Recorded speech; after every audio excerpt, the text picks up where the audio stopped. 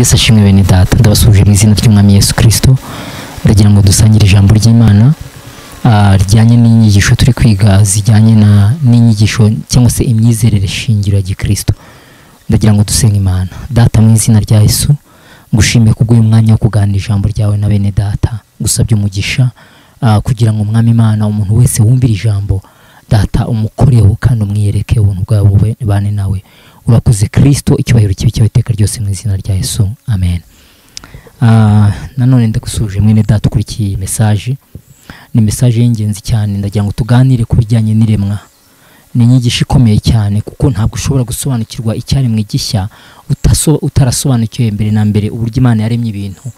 Ntabwo asobanukirwa uburyo Imana yifuza kongera kugira ibintu bishya utarasobanukirwa uburyo byari bimeze mbere.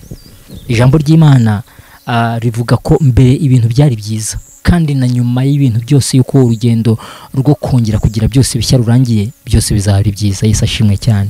Ndagira ngo dusome amagambo y'Imana ari mu gitabo cy'Itangiriro igice cya mbere umurongo wa mbere n'uwa kabiri.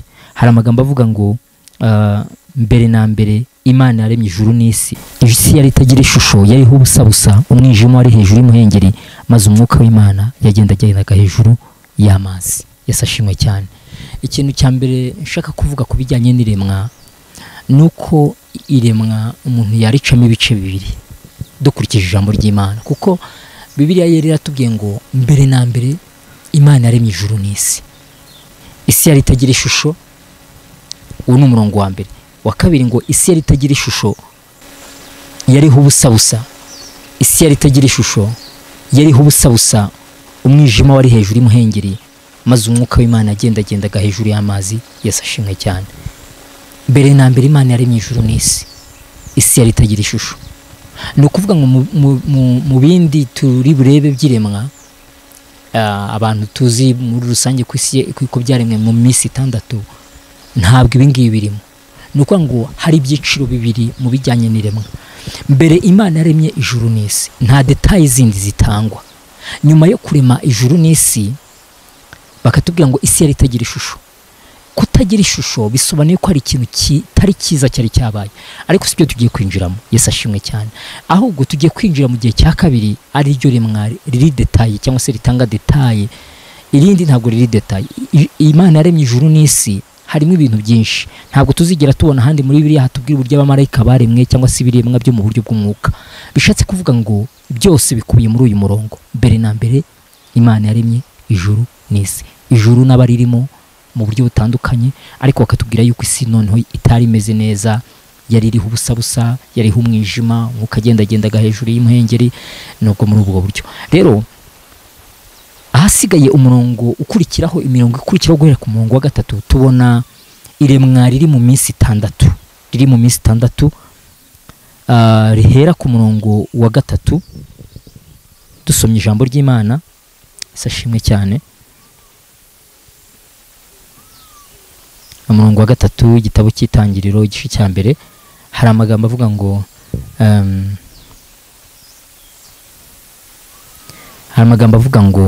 Imana iravuga iti habeho umucyo, umucyo ubaho. Imana ibona umucyo ko ari mwiza, Imana itandukanya umucyo n'umwijima. Imana yita umucyo amanywa, umwijima uyita ijoro. Buragoroba buracya, uwo ni umunsi wa mbere. Yesu ashimwe cyane. Hari ibintu nka 5 ushaka kuvuga ku bijyanye n'iremwa muri iyi nyigisho. Ikintu cya mbere nuko nkuko tubibonye mu kurema Imana yakoreshaga ijambo ryayo, yaravugaga ni habeho umucyo, umucyo ukabaho. Ijambo ry'Imana nicyo gikoresho cyo kurema cy'Imana. Yesu ashimwe cyane. Ijambo ry'Imana nicyo gikoresho cyo kurema cy'Imana. Haleluya. Nukuvuga iki? Nukuvuga ngo ahatari ijambo ry'Imana, nubwo haba umwuka w'Imana, nta cyahaba. Mumbabarire, igihe cyose umwuka yamaze agenda hejuru y'isi, hejuru y'umuhengeri, nta kintu cyageze kiba kugeza igihe ijambo ryaziye. Haleluya. Yesu ashimwe cyane. Niyo mpamvu ijambo ry'Imana ritatubwira ngo ubundi ijambo ry'Imana, jambo ni Yesu. Hano deja mu Itangiriro duhita tubonamo Yesu. Yesu niwe ijambo ry'Imana. Aho Yesu atari nta kibasha kuremeka. nubwo umwuka w'Imana yahaba nta gikorwa. Niyo mpamvu dukwiriye kubwiriza ubutumwa bwiza ahantu hose, kuko aho Yesu ataravugwa nta gakiza kahaboneka. Yesu ashimwe cyane. Niyo mpamvu mu Baheburayo igice cya 10 mbabare mu Baroma igice cya 10 ijambo ry'Imana rivuga ngo mbese bakizera gute ntawe wababwiye. Yesu ashimwe cyane. Ni ngombwa ko tugenda tukabwira abantu iby'agakiza k'Imana, ijambo ry'Imana. Aho ijambo ry'Imana ritari, aho ijambo ry'Imana riri keya, kurema biragorana. Yesu ashimwe cyane. Haleluya. Ariko aho ijambo ry'Imana riri nicyo gikoresho cyo kurema cy'Imana. Rero no kuvuga iki, abakristo badakunda gusoma ibyanditswe byera, badakunda gusoma ijambo ry'Imana, bagumana imirimo ya kamere muri bo, bagumana hari byinshi Imana ishaka kurema mu muntu baguma badafite. Ibyo ngibyo rero bituma umukristo aguma adindiye cyangwa se agwingiye, kuko ntabwo umwuka w'Imana aba afite igikoresho cyo kurema cy'Imana aho ngashaka kurema. Hari byinshi Imana ishaka kurema muri wowe mwene data kurikira ijambo. Ishaka kurema urukundo, ishaka kurema imbabazi, imbuto z'umwuka zose ntabwo ziba muri kamere yacu, ahubwo Imana ishaka kuzirema, izakoresha ijambo ryayo. Gira umwete wo kubwiza ijambo ry'Imana muri wowe, nicyo gikoresho cyo kurema. Ikindi kintu cya kabiri nshaka kuvuga hano nuko ikintu cya mbere Imana yahereye irema ni umucyo.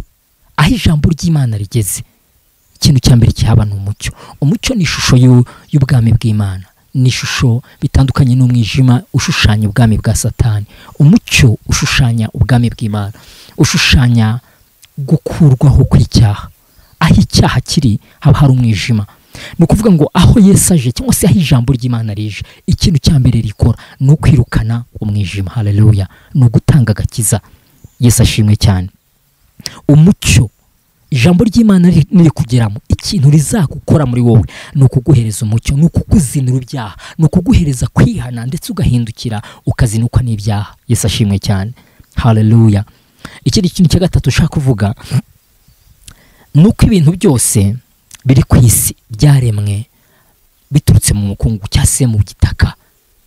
Iyo turebye ku murongo wa 11 w'igitabo cy'Itangiriro igice cya mbere, n'ubundi niho turi busome cyane 11 na 12, tubona uburyo Imana yaremye ibiti cyangwa se ibimera. Yaravuze ngo isi niza n'ibyo ngibyo, ibyo bimera uko amoko yabyo ari.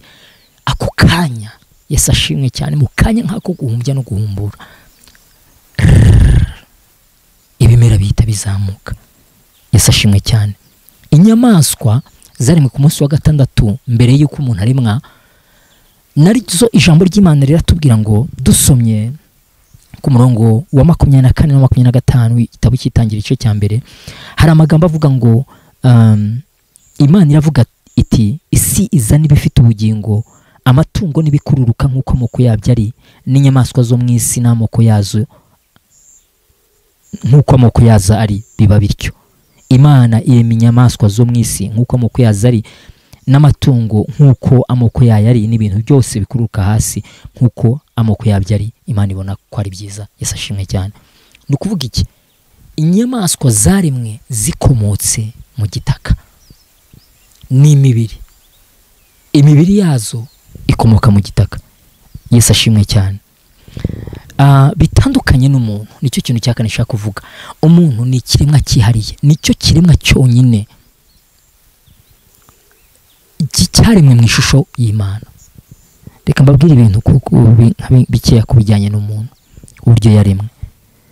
Mbere yo kurema umuntu, murongo 26 hahandi muri mu gice cya mbere, n'ubundi ijambo ry'Imana riravuga ngo, Imana iravuga ati, tureme umuntu agira ishusho yacu ase natwe, batwara amafi yo mu nyanja n'inyoni n'ibisiga byo mu kirere n'amatungo n'isi yose n'igikururuka hasi cyose.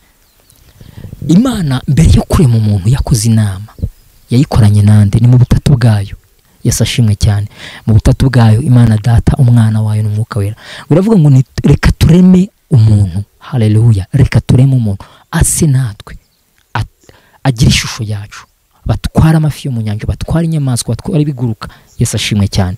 Noneho umurongo ukurikira uvuga ngo, Imana irema umuntu ngo agire ishusho yayo, umugabo n'umugore niko yabaremye. Yabaremye bafite ishusho y'Imana. Yesu ashimwe cyane. Ishusho y'Imana, ese ishusho y'Imana isobanuye iki? Ishusho y'Imana isobanuye ko ntabwo ari ukuvuga ngo ni umugabo cyangwa umugore cyangwa se ni uburyo ugaragara physically. Oya, ntabwo ari byo. Ishusho y'Imana n'ubwiza bwayo n'ubutware bwayo.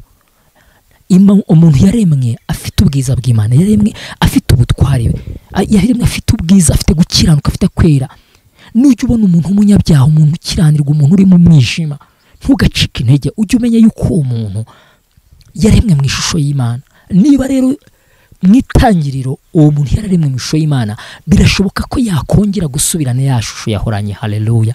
Niyo mpamvu ntugate icyizere ku muntu wese ugihumeka, birashoboka yuko yakongera agasubira muri bwa bwiza yari yararemanywe. Yesu ashimwe cyane. Ishusho y'Imana n'ubwiza bw'Imana n'ubutware bwayo, yari afite ubutware ku byaremwe. Yesu ashimwe cyane. Tuzabibona yuko umuntu amajije gukora icyaha, ibyo byose yarabitakaje. Mu miremerwe y'umuntu nanone, iyo dusomye igice cya 2:7, ijambo ry'Imana riratubwira ngo Imana irema umuntu mu mukungugu wo hasi, irangije imuhumekera umwuka w'ubugingo mazuru, umuntu ahinduka ubugingo buzima.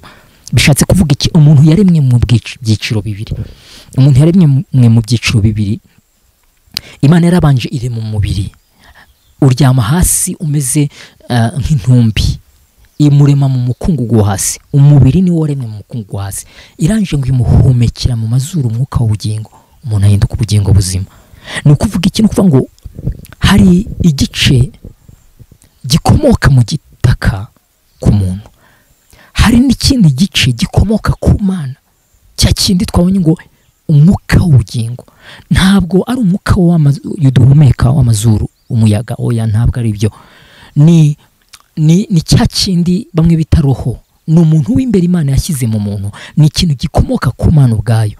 Niyo mpamvu umuntu akomoka ku Mana, ukwiriye kubimenya. Umuntu akomoka ku Mana. Nujya uri gukubita umuntu cyangwa uri kumugirira nabi, ujye umenya yuko uri kugirira nabi Imana, kuko umuntu akomoka ku Mana. Ukwiriye kwiga guhereza agaciro umuntu wese. Nuwava mu nkuge, Imana yaramubwiye ngo n'inyamaswa izakwibica nzayihora, kubera yuko umuntu yaremwe mu ishusho yanjye. Yesu ashimwe cyane. Umuntu afite agaciro gakomeye kuko yaremwe mu ishusho y'Imana. Icyo ni kimwe. Icya kabiri, kuko akomoka ku Mana. Wa muntu w'imbere, ya roho ikomoka ku Mana. Ibikomoka mu bitaka bisubira mu bitaka, umubiri usubira mu bitaka iyo umuntu apfuye, ariko igikomoka ku Mana gihoraho iteka ryose, nk'uko Imana nayo ihoraho iteka ryose. Haleluya. Niyo mpamvu roho cyangwa se spirit yawe, wa muntu ari we wa muntu w'imbere, ari we muntu nyamuntu, ntabwo apfa. Iyo upfuye ni umuntu w'imbere uba uvuye mu mubiri. Igihe kimwe nageze kuba ndi gusenga hari nijoro, njye kumva numva imbaraga ziraje zibaye nk'izimpubuye mu mubiri, nk'uko wakura imodoka mu igaraje. Ndagenda mbona ibintu, ndangije ngaruka nabwo nabaye nk'usubiye, nk'uko wasubiza isabune mu giposhete yayo. Nibwo namenye ngo uyu mubiri ni envelope. Umuntu nyawe, ruka nyawe, ntabwo agaragara n'amaso y'umubiri, ni umwuka kandi akomoka ku Mana. Yesu ashimwe cyane. Uwo ni umwihariko w'ikiremwa cyihariye cyitwa umuntu. Kubw'iyo mpamvu umuntu nicyo kiremwa cyonyine gifata mu buryo bubiri, mu buryo bw'umubiri no mu buryo bw'umwuka. Mu isi y'umwuka no mu isi y'umubiri, nicyo kiremwa cyonyine gifata ku isi y'umwuka no ku isi y'umubiri. Mu isi y'umwuka dufite umwuka uba muri twebwe, mu isi y'umubiri twambaye umubiri. Abamarayika baba mu isi y'umwuka, ariko umuntu aba mu isi y'umwuka no mu isi y'umubiri ko yambaye umubiri. Inyamaswa ziba mu isi y'umubiri. Yesu ashimwe cyane. Umuntu ni ikiremwa cyihariye. Haleluya. Ikintu ushaka gusorezaho ni iremwa ry'umugore n'uburyo umugore Imana yamuremye. Imana irema umugore, ijambo ry'Imana muraza kubisoma mu itangisho cya 2:18 no 21 kugera kwa 25. Ijambo ry'Imana riravuga ngo Imana yarebye ibyo yaremye, ebona hari ikintu kitameze neza. Iravuga ngo si byiza yuko uyu muntu aba wenyine, reka muremere umufasha umukwiriye. Si byiza yuko uyu muntu aba wenyine. Ikintu kitari cyiza mu by'Imana yari yaremye ni ukwigunga, ni ubwigunge, ni ukuba umuntu yari wenyine.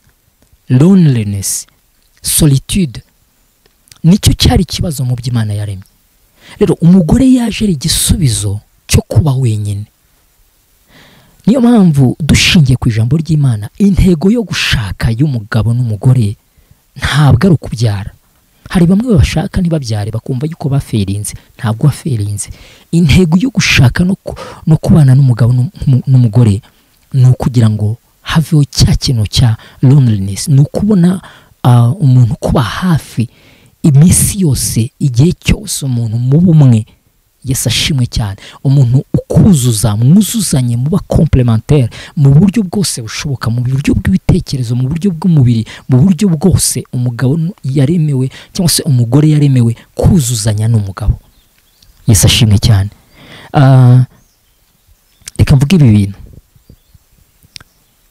Uretse icyo cyo kuba ikibazo cyari kiriho ari ukuba wenyine, umugore yaremwe akuwe mu rubavu. Ijambo ry'Imana rivuga ngo ikura mu rubavu rw'umugabo, iramusinziza uticura, ikura mu rubavu rwe, ikura mu rubavu rwe urubavu rumwe, iruhindura umugore. Kuki Imana itamukuye ku kuguru cyangwa se ku mutwe? Iyo imukura ku kuguru, ahari twari kujya twumva yuko abagabo turi ba superieur ku bagore, cyangwa se imukura ku mutwe tukumva yuko nako turi inferieur ku yego. Yamukura ku mutwe kumva yuko turi inferieur, cyangwa se abagore ari bo bare. Imana yamukuye mu rubavu kugira ngo itwereke ko ari umugabo ari umugore. Imbere y'Imana turi bamwe, imbere y'Imana turangana, turahwanye, turangana. Yesu ashimwe cyane. Niyo mpamvu muri Kristo nta byo kwibaza ngo mbese ninde mukuru ninde mutoya. Umuntu wese agira umwanya we, agira inshingano ze, ariko ntabwo ibyo kwibaza umukuru n'umutoya byazanywe n'icyaha. Nibwo umuntu amaje gukora icyaha, nibwo Imana yabwiye Adamu Eva, iramubwira ngo uyu mugabo azagutwara. Ariko mwiremwa bari bahwanye. Rero no muri Kristo ariho mwirema rishya. Ijambo ry'Imana rivuga ngo nta mugabo nta mugore. Yesu ashimwe cyane. Icyo bishatse kuvuga ni iki? Suko batariho n'ubundi, ahubwo nuko bose ari bamwe muri Kristo. Yesu ashimwe cyane. Bose bahwanyije agaciro, bose bahwanyije ubuntu bw'Imana. Niyo mpamvu ntawe uhezwa, ntawe ukwiriye guhezwa. Hari amatorero amwe aheza abagore mu kubwiriza ijambo ry'Imana, kandi Imana yabasutseho umwuka wo kuribwiriza. Ntabwo ari byo, ntabwo bihuye n'umurongo w'ijambo ry'Imana. Yesu ashimwe cyane. Ikindi kintu uvuga ku iremwa ry'umugore ni uko mbere y'uko icyaha kibaho hari harimo ubumwe. Haleluya. Hari hariho ubumwe hagati y'umugabo n'umugore. Adamu amaze kubona Eva yaratangira acika uruhondongo, ararondogora aravuga ati mbega umugore uyu zitwa umugore ko avuye mu mugabo, ni urubavu rwo ni igufwa ryo mu magufwa yanjye, ni akara ko mu mara yanjye, zitwa umugore ko avuye mu mugabo. Atangira kuzuzwa ibyishimo no amuhimbira ikivugo. Bari bafitanye ubumwe mbere y'icyaha cyiza, kandi nta soni zari ziri hagati yabo, nta rwikekwe, nta kurebana y'ingwe, nta gukekakekana. Ibyo byose ni ingaruka z'icyaha. Yesu ashimwe cyane. Nsoza ndagira ngo somo y'umurongo wa 31 uravuga ngo Imana ireba ibyo yaremwe byose nuko byari byiza cyane, buragoroba buracya, uno umunsi wa gatandatu. Ibintu Imana yaremye byose byari byiza. Mbere y'uko icyaha kiza mu isi yari nziza, nta kibi cyari gihari. Yesu ashimwe cyane. Nta kibazo na kimwe cyari kiriho.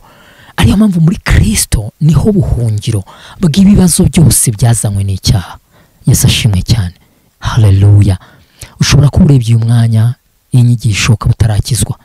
Ndagira ngo nkubwiye ngo muri Kristo niho Imana yashyize ibisubizo by'ibibazo byose byo mu isi, kuko ibibazo byose biri mu isi byazanywe n'icyaha. Imana ngo ibyo yari yaremye byose byari byiza, nta kibi cyari kiriho. Nujya ubona ikintu kitari cyiza, jya umenya ko kitavuye ku Mana, ni ingaruka z'icyaha. Reka dusenga Imana. Urakoze Data kubw'ijambo ryawe, tuganire na bene Data, riherekesha imbaraga mu mitima yabo, mu izina ry'Umwami wacu Yesu Kristo. Amen.